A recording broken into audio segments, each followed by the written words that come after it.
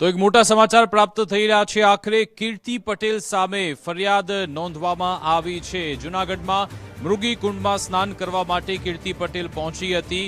સાધુનો વેશ ધારણ કરીને અહીંયા પહોંચી હતી। ભગવા કપડાં પહેરીને કીર્તિ પટેલ પહોંચી હતી અને પરંપરા સંસ્કૃતિનું અપમાન થયું છે તેવું કહેવામાં આવ્યું હતું। મહિલા પીઆઈ કે.જે. મોડી દ્વારા આ બાબતે ફરિયાદ નોંધવામાં આવી છે। જો કે સરકારી ફરજમાં રૂકાવટનો પણ ફરિયાદમાં ઉલ્લેખ છે।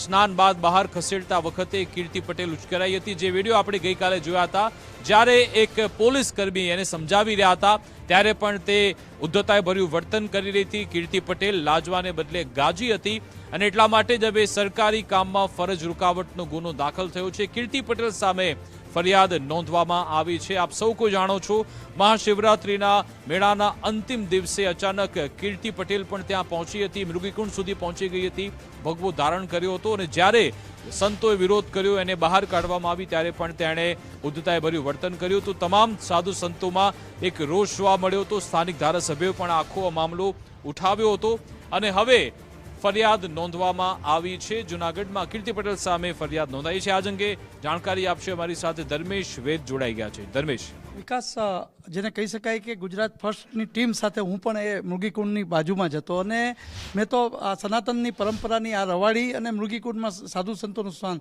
લગભગ 11 વખત જોયું છે।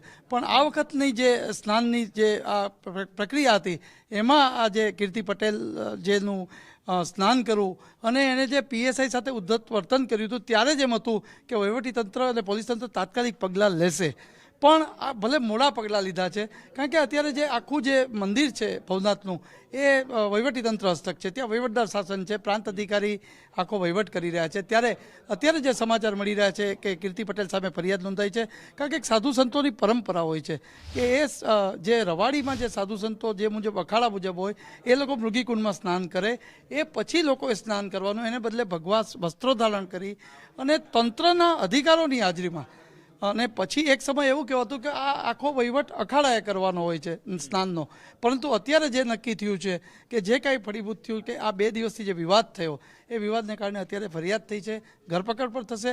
પણ હવે જોવાનું એ છે કે કીર્તિ પટેલને આશરો કોણે આપ્યો હતો, આટલા દિવસ સુધીમાં આ બધી વ્યવસ્થા કોણે કરી હતી?